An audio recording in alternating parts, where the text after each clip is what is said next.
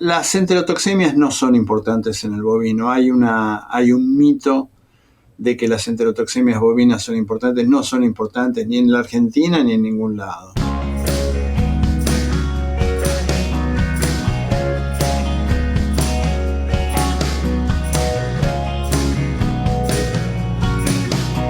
Buenos días, mi nombre es Mauro Venturini y les doy la bienvenida a este nuevo episodio de Carnecast. Y en esta ocasión nos acompaña como invitado el doctor Francisco Urzal. El doctor Urzal es egresado de la Universidad de Buenos Aires como médico veterinario y actualmente se desempeña como patólogo en UC Davis en la Universidad de California. Buen día y bienvenido, Francisco. Buen día, gracias. No, gracias a usted por acompañarnos. No sé si quiere agregar algo más respecto de su background y de su recorrido por las distintas entidades académicas para llegar a ejercer hoy como patólogo en California. Muy simple. Como dijiste, soy egresado de la Universidad de Buenos Aires. Trabajé 18 años en el INTA de Bariloche. Mi especialidad es el diagnóstico y dentro del diagnóstico la patología. Básicamente abro animales muertos, con eso me gano la vida. Y después estudié en Europa, en Suecia, hice mi maestría, mi PhD y postdoctorado en Australia y llevo en California 22 años. Y básicamente lo que hacemos es, soy el director de un laboratorio de diagnóstico donde los productores traen animales muertos o muestras y nosotros establecemos el diagnóstico y damos recomendaciones. Ok. El principal foco, al menos, no sé si la especialidad, pero de acuerdo a las charlas que tuvimos telefónicamente, está puesto en enfermedades clostridiales. ¿Pudiera explicarle a los oyentes de qué se tratan las enfermedades clostridiales? Son enfermedades bacterianas producidas por bacterias del género Clostridium. Estos son microorganismos que producen tres tipos grandes de enfermedades. Un tipo son las digestivas, las enterotoxemias es el nombre un poco más específico, donde las bacterias proliferan en el intestino, producen toxinas y esas toxinas actúan en el intestino o en el resto del organismo. Otro grupo son las que denominamos histotóxicas, que son las que afectan fundamentalmente al músculo, al hígado, a la piel, y entre esas las que la gente conoce más son la mancha y la gangrena gaseosa. Y otro grupo son las nerviosas, y los dos ejemplos clásicos son el tétanos y el botulismo. Hay características comunes de todas estas enfermedades clostridiales, pero a su vez son diferentes unas de las otras. Las características comunes es que estas bacterias del género Clostridium son anaerobias. Anaerobias quiere decir que necesitan estar en un ambiente sin oxígeno para crecer. Por eso cuando hay, por ejemplo, en el caso del tétanos, una herida profunda en la cual hay muerte del tejido y que se contamina con la bacteria que produce el tétanos, esa bacteria se llama Clostridium tetani, al estar en una herida profunda y no haber oxígeno porque están los tejidos muertos, la bacteria se desarrolla a mucha velocidad en cantidades enormes y produce las toxinas que causan la enfermedad. Y lo mismo con todas las otras enfermedades clostridiales. Entonces ese es un punto fundamental de los clostridios, que son anaerobios. El otro punto es que producen esporas. Las esporas son formas de resistencia. Cuando la bacteria, que como les dije necesita estar en un ambiente sin oxígeno para sobrevivir, muere, por ejemplo porque se la pone en presencia de oxígeno, forma estas esporas que son estructuras microscópicas muy pero muy resistentes al ambiente, al sol, a los desinfectantes, al calor, y pueden sobrevivir por años contaminando el ambiente. En el caso de la medicina humana, por ejemplo, cuando un hospital está infectado por estas esporas es muy muy difícil de limpiar. Y este no es solamente un dato académico o anecdótico, sino que todo el mundo tiene que saber que en el ambiente en general hay muchas de estas esporas de los clostridios y que cuando entran al organismo se desarrollan, reviven y producen de nuevo toxinas. Ese es el segundo punto. Entonces el primero, que son anaerobios, el segundo, que forman esporas y por lo tanto resisten mucho en el ambiente, y el tercero es que producen toxinas muy pero muy poderosas. La toxina botulínica, por ejemplo, es la toxina bacteriana más potente que se conoce. No hay nada más potente que la toxina botulínica. Y por lo tanto, las vacunas para prevenir las enfermedades clostridiales son hechas en base a esas toxinas. Se inactiva esa toxina o esas toxinas, y esas toxinas inactivadas se inyectan, y eso es lo que genera la producción de inmunidad. Ahí hay un concepto que yo quisiera recalcar, porque la verdad que en este momento estoy conociéndolo. Entonces, cuando nosotros aplicamos vacunas contra mancha, gangrena, enterotoxemia, carbúnculo o cualquiera de las enfermedades que son comunes en los rodeos de Argentina, estamos aplicando o estamos favoreciendo el desarrollo de inmunidad contra la toxina, no contra la bacteria. Exactamente, perfecto. Sí. Algunas vacunas tienen bacteria muerta, pero en la gran mayoría de las enfermedades clostridiales la inmunidad es contra las toxinas. Eso es lo que importa. Por eso los laboratorios que producen vacunas tienen que tener cepas de la bacteria que produzcan toxinas. Si no producen toxinas, no sirven para producir vacunas. Otro dato interesante es lo que decía respecto de la toxina botulínica. ¿Es aún más potente que la que produce el anthrax? Sí, la toxina botulínica tiene una dosis letal. La dosis letal es la cantidad mínima que se necesita para matar a un animal de laboratorio. En general se calcula con ratones. Muy baja. Hace ya unos años, después del 2001, en Estados Unidos el gobierno federal creó una lista de agentes selectos. Y esos son agentes biológicos, bacterias y toxinas y algunos hongos de potencial uso bioterrorista. Y se creó esa lista porque entonces los laboratorios que trabajan con esos organismos o con esas toxinas tienen que cumplir ciertas regulaciones, por ejemplo, tener sistemas de seguridad, tener esos organismos bajo 3 cerraduras distintas, y la toxina botulínica es una de las primeras que entró en esa lista.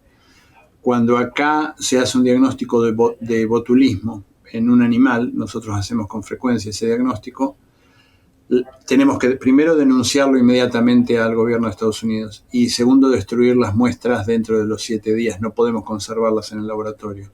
Y eso lo digo simplemente para ejemplificar lo poderoso que es la toxina botulínica. Sí, incluso yo recuerdo la etapa en que se había analizado las posibilidades de acciones terroristas utilizando biológicos. Surgía el anthrax como una de las posibilidades, atendiendo a la potencia que tienen las toxinas, pero también a la resistencia que tiene la bacteria para sobrevivir en el medio, ¿no? Sí, es un buen punto el que decís del anthrax, porque en el 2000, creo que fue en el 2002, que alguien envió por correo esporas de anthrax, ¿viste? La forma de resistencia, que también las esporas de anthrax sobreviven por 40, 50 años. En el caso del anthrax, ahí sí lo peligroso es la espora, no las toxinas, sino la bacteria misma y la espora. En el caso del botulismo es la toxina. Sí, claro. Yo recordaba una anécdota que contaba siempre mi profesor de infectología, que fue el doctor Luster, que a su vez trabajó con el doctor Rosenbusch, y dicen que lograron cultivar la bacteria del anthrax de esporas que tenían guardadas en laboratorio hacía 5 años. Sí, no me sorprende. Francisco, a su criterio, ¿cuáles son las enfermedades clostridiales más importantes a las que deberíamos prestar la atención? Siempre hablando de bovinos, ¿no? Porque sé que también en ovinos tiene muchísima importancia, pero haciendo hincapié en el caso de los ovinos. Sí, bovinos, ovinos, equinos, cerdos. Realmente todas las especies animales, incluso las aves, tienen enfermedades clostridiales, y nosotros también. La epidemia de Clostridium difficile, que es fundamentalmente humana, mata en Estados Unidos alrededor de 40.000 personas por año. Volviendo al bovino, varias. Entre las enterotoxemias no son importantes en el bovino. Hay un mito de que las enterotoxemias bovinas son importantes, no son importantes ni en la Argentina ni en ningún lado. Las más importantes son las cistotóxicas, y dentro de ellas está la mancha, la gangrena gaseosa, y hay dos formas de hepatitis, una que se llama hemoglobinuria basilar bovina y otra que se llama hepatitis infecciosa necrotizante. La hepatitis tradicionalmente se consideró más que nada una enfermedad del ovino, pero cuanto más estudiamos y más sabemos, nos convencemos que el bovino puede tener las dos, hemoglobinuria basilar y hepatitis infecciosa. Entonces, de nuevo, de las cistotóxicas, mancha, gangrena gaseosa, hemoglobinuria basilar, hepatitis infecciosa. Y las dos neurotóxicas, el botulismo y el tétano. El botulismo tiene una distribución. La mancha está en todos lados, la gangrena está en todos lados. Las demás tienen distribuciones más zonales. Por ejemplo, el botulismo se da en la zona del noreste argentino, en Corrientes, en Misiones, el sur de Brasil, el norte de Uruguay, el sureste de Paraguay, porque se da en distintos lugares del mundo, tiene distintos predisponentes, pero el botulismo en Sudamérica se da fundamentalmente en animales con carencia de fósforo. Y en esas zonas que mencioné hay carencia de fósforo. Y esto hace que los animales coman huesos dejados en el campo, donde en general hay proliferación de Clostridium botulino. Entonces, suplementación con fósforo es uno de los métodos de prevención. Ese es el botulismo. El tétanos se da en general como consecuencia de heridas, y se da después de la castración, después del descole, después de la vacunación. Hace unos años hubo un episodio horroroso en Brasil donde hubo una vacuna contaminada, no me acuerdo cómo se contaminó la vacuna, pero una vacuna contra otra enfermedad, contra IBR, no me acuerdo contra qué era. Y murieron cientos de animales, o sea, la persona que vacunaba a los animales estaba inyectando las esporas de Clostridium tetani. La mancha es muy común, las vacunas son muy efectivas, todas las vacunas clostridiales son efectivas, pero a veces o no se vacuna o no se vacuna bien, y la mancha sigue siendo un problema en la Argentina y en todo el mundo. La mancha no requiere entrada del organismo a través de la piel. La mancha tiene un mecanismo muy peculiar. Los animales, cuando están pastando, comen las esporas del organismo que están en la tierra o en el pasto. Las esporas van al estómago, de ahí al intestino, se absorben, van a los músculos y sobreviven en los músculos a veces por meses sin que pase nada. Pero cuando hay trauma externo, sin rotura de la piel, por ejemplo cuando los corralean o cuando los suben a camiones, eso genera microlesiones en el tejido que genera que no haya oxígeno, y ahí proliferan las bacterias y producen fundamentalmente una lesión muscular y mata muy rápido. Esa es la mancha. La gangrena es parecida, pero la gangrena entra a través de heridas, vacunas, castración, descole, pequeñas cirugías. Y las hepatitis, tanto la hemoglobina basilar como la hepatitis infecciosa, tienen un mecanismo parecido al de la mancha, en el cual los animales consumen las esporas van al intestino, pero de ahí van al hígado y se quedan en el hígado sin que pase nada. Cuando hay algo que daña el hígado, y el predisponente más común es la fasciola hepática o el SAWIP, que va migrando a través del hígado y va produciendo destrucción del hígado, entonces esas esporas germinan y producen enfermedad.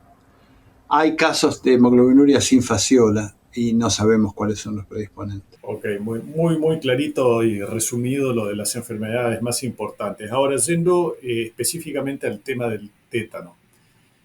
¿Hay alguna diferencia en la susceptibilidad de especies? Porque uno está más acostumbrado, no, pero creo que a todo el mundo, a los que están en esta temática, les ha tocado ver más casos, por ejemplo, en equinos que en bovinos.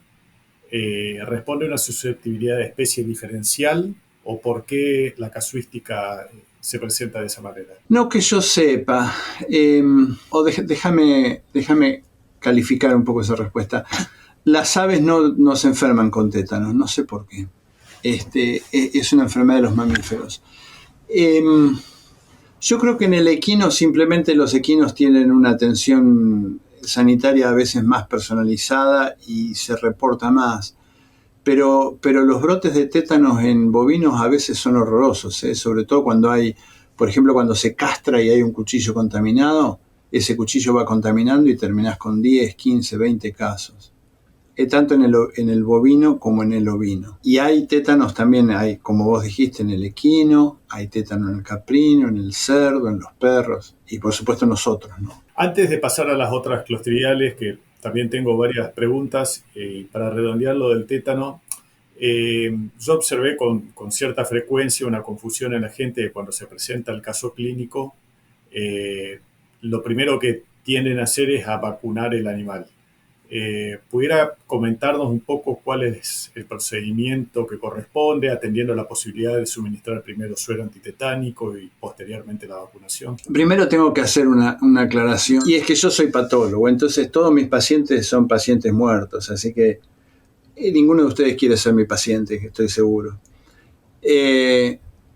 Pero un poquito sé, un poquito de experiencia clínica tengo, y particularmente con enfermedades clostridiales. Hay un caso clínico de tétanos. Un caso clínico quiere decir cuando el animal se enferma, cuando lo vemos y lo que produce es una parálisis espástica, están los músculos duros. Cuando vemos eso, vacunar no sirve para curar la enfermedad en ese animal, porque la vacuna, como dijimos antes, son toxinas inactivadas que van a generar inmunidad. Esa inmunidad demora más o menos 2 semanas en aparecer. Entonces, si tenés un animal enfermo y lo vacunás, no vas a tener inmunidad de la vacuna en por lo menos 2 semanas. Y además, la propia toxina que está produciendo la enfermedad va a producir inmunidad si el animal sobrevive. Así que la vacuna para tratar al animal individual no tiene efectividad. Pero si tenés un animal en un rodeo que está enfermo, hay muchas posibilidades de que mañana o pasado o en las próximas 2 o 3 semanas haya más casos. Entonces no es una mala idea vacunar, porque entonces estás previniendo posibles casos en el futuro.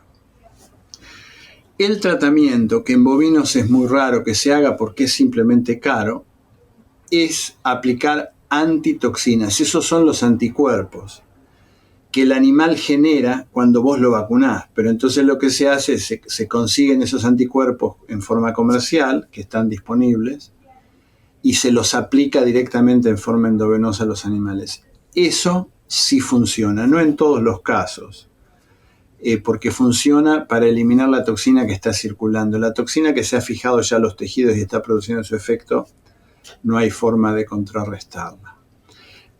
Las antitoxinas, como dije, son caras.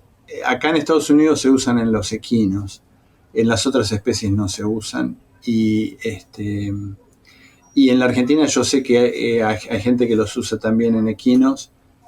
Nunca supe que se usen en bovinos o en otros animales de producción. Sí, incluso para aportar un dato más a este problema, tienen tiempo de vida limitado, entonces no siempre en una veterinaria de un pueblo, en una zona rural, es fácil conseguirlas, porque si el comerciante tiene esa vacuna disponible durante determinado tiempo y no la pudo vender, la tiene que tirar. Eh, por lo tanto, a veces no hay disponibilidad.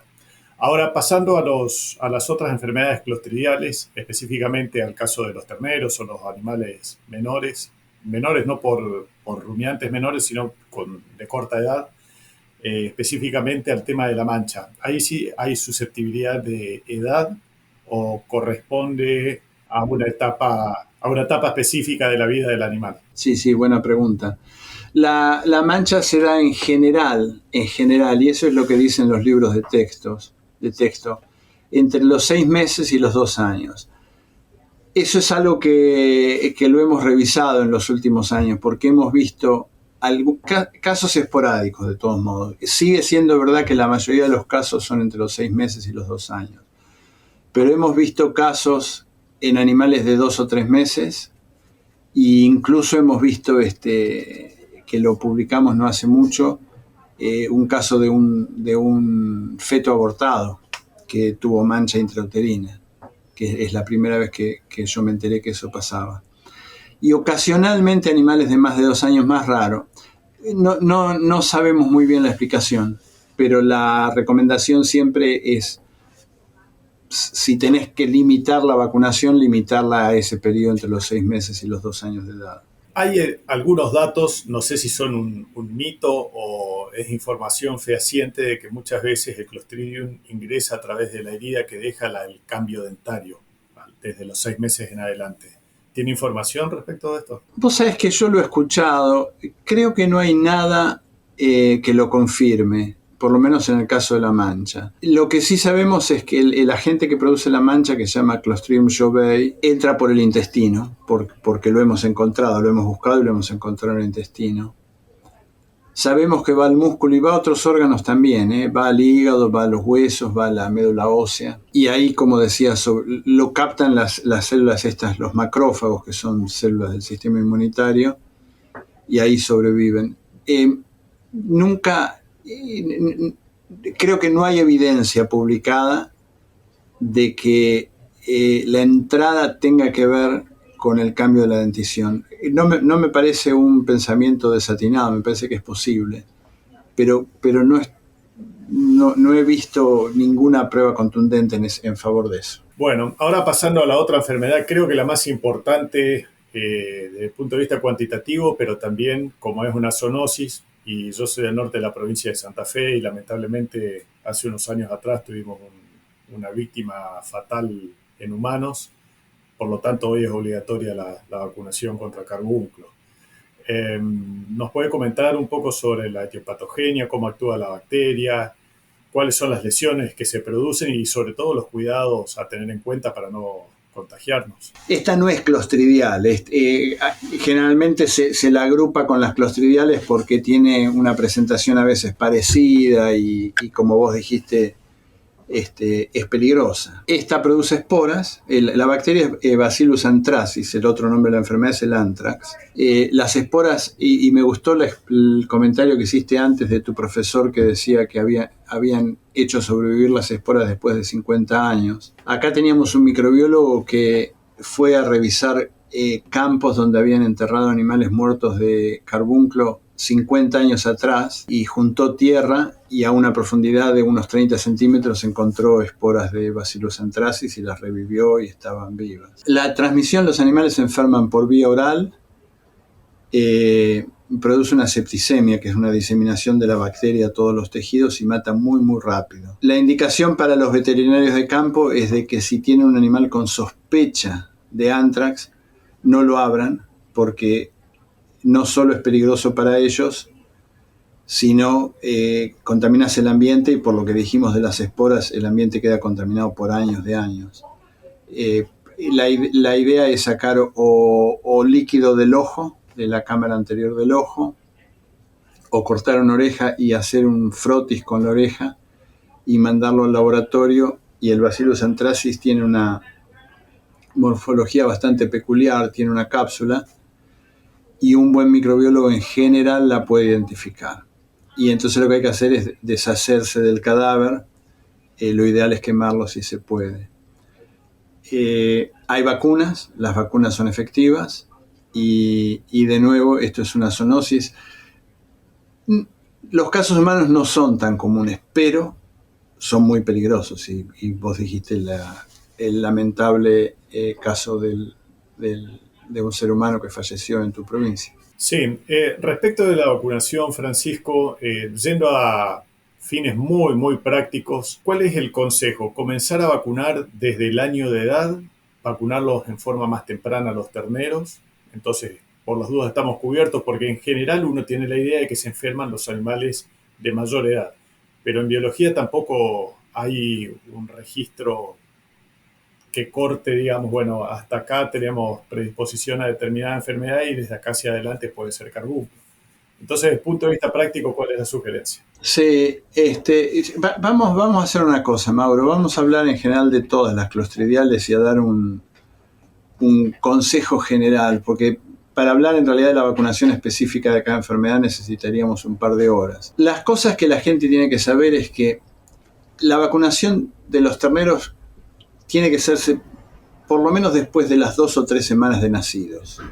Si uno vacuna muy temprano, la vacuna se inactiva con los anticuerpos que el animal ingirió con el calostro. Entonces, 3, 4 semanas de edad empezar a vacunar. Y para las enfermedades clostridiales es fundamental que se den 2 dosis, separadas entre 4 y 6 semanas. Entre 4 y 6 semanas. Mucha gente piensa, bueno, si 2 dosis me van a proteger el 100%, una dosis me protegerá la mitad, no tengo mucha plata, doy una sola dosis. No es así. La primera dosis hace una curva chiquitita de anticuerpos, que baja casi enseguida. Cuando uno da la segunda dosis, hay una curva enorme que crece y que dura durante varios meses. La segunda dosis del refuerzo es realmente la que produce la inmunidad.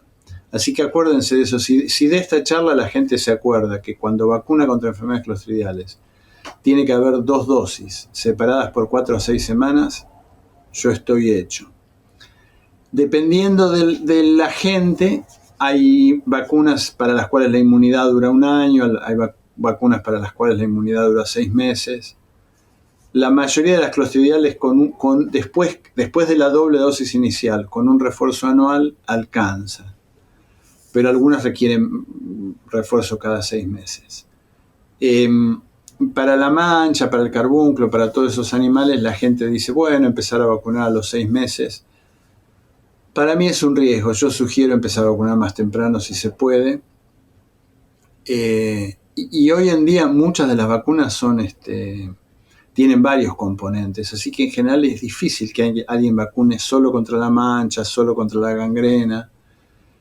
Entonces mi recomendación es empezar a vacunar a los, al mes, 2 meses de edad, dar la doble dosis ahí y después refuerzo anual. O cada 6 meses en zonas peligrosas, zonas por ejemplo con muchos AYP, ese tipo de cosas. Perfecto, está clarito. Ahora una pregunta por mera curiosidad. ¿Por qué los casos de carbúnculo se presentan en la realidad en animales más bien grandes y no en animales jóvenes? No sé. Y creo que nadie sabe la respuesta a eso. Es una buena pregunta, pero tengo que confesar mi absoluta ignorancia. Ok, queda pendiente seguir averiguando, porque la verdad que siempre tuve curiosidad de cuál es el motivo y no lo encontré en ninguna literatura. No está. No, creo que nadie sabe. Entonces, lo ideal es empezar a vacunar a los terneros a la menor edad posible, no inmediatamente del nacimiento, contra las enfermedades clostridiales que atacan más bien a los jóvenes y posteriormente seguir con las otras enfermedades como el caso del carbúnculo. Con un refuerzo anual. Con un refuerzo anual. Y en el caso de mancha, ¿usted recomienda seguir haciendo el refuerzo anualmente o para la vida adulta ya no es necesario? Mira, cuando hablas con los productores del Valle Central de California, en general a los 2 años, 2 años y medio, paran de vacunar. Pero cada tanto vemos casos en animales más grandes. Y esto siempre, yo supongo que yo soy patólogo y veo animales muertos, pero cuando hablo con la gente, tienen que encontrar un balance entre las pérdidas históricas que tienen de mancha y el costo de la vacuna, el costo de mover los animales. Si no tienen mancha en animales más grandes, está bien dejar de vacunar a los 2 años, 2 años y medio. Pero si tienen casos en animales más grandes, seguir vacunando. Las vacunas son buenas, las vacunas en general funcionan. Sí, en general yo creo que la resistencia de la gente a vacunar es por los movimientos y el trabajo extra más que por el costo, porque en general las vacunas clostridiales no son caras. Sí, cuando me refiero a costo no es solo el costo de la vacuna, no es exactamente lo que vos dijiste, el movimiento, la mano de obra para mover los animales. Claro. Una última pregunta y de nuevo haciendo foco en el carbúnculo, nos quedan muchas preguntas, pero se nos va a pasar el tiempo. Respecto de la vacuna, siendo una vacuna esporulada, ¿es necesario conservarla a temperatura heladera o puede ser conservada? Bueno, acá hay 2. Hay una que no hace falta refrigerar y hay otra que hay que refrigerar, así que eso depende de las instrucciones del laboratorio. Ok, sí, en Argentina creo que son todas esporuladas y estaba la discusión en algún momento sobre los métodos de conservación. Yo una norma que le doy a la gente cuando me pregunta es refrigerar no le hace mal a ninguna vacuna. Refrigerar, no congelar, ¿no? Entonces, ante la duda, pongan en la heladera, llévenla al campo en una heladerita de telgopor o de plástico y manténganla fría, particularmente en las zonas muy calurosas como en tu zona, ¿no? En el norte de Santa Fe. Bueno, y una última preguntita, Francisco. Se me viene a la memoria muchos cuestionamientos que a veces tienen los productores sobre la aplicación de 2 o 3 vacunas diferentes, obviamente utilizando diferentes jeringas en diferentes puntos de inoculación. ¿Hay algún tipo de contraindicación? Por ejemplo, dada la compatibilidad de edades, las terneras, vacunar al mismo tiempo que se hace brucelosis, mancha. ¿Algún tipo de contraindicación? Mira, durante muchos años se decía que no había que dar más de una vacuna al mismo tiempo. Eso ha cambiado un poco. Yo no soy un inmunólogo, pero los inmunólogos dicen que ahora se sabe que distintas vacunas actúan con distintos tipos celulares dentro del animal y que no tiene ninguna importancia si se dan 2 o 3 vacunas al mismo tiempo. El otro día me fui a vacunar acá y me dieron la vacuna del COVID, la de la influenza y no me acuerdo qué más. Me agujerearon por todos lados y todo al mismo tiempo, así que... Sí, la neumonía. Ahí está. Me pasó lo mismo ayer, por eso lo tengo claro. Bueno. Así que bueno, eso reduciría un poco lo que hablábamos de los costos, ¿no? De movimientos extras, si se puede aplicar 2 o 3 vacunas, teniendo cuidado con la distancia que hay en los puntos de inoculación para no mezclar los productos.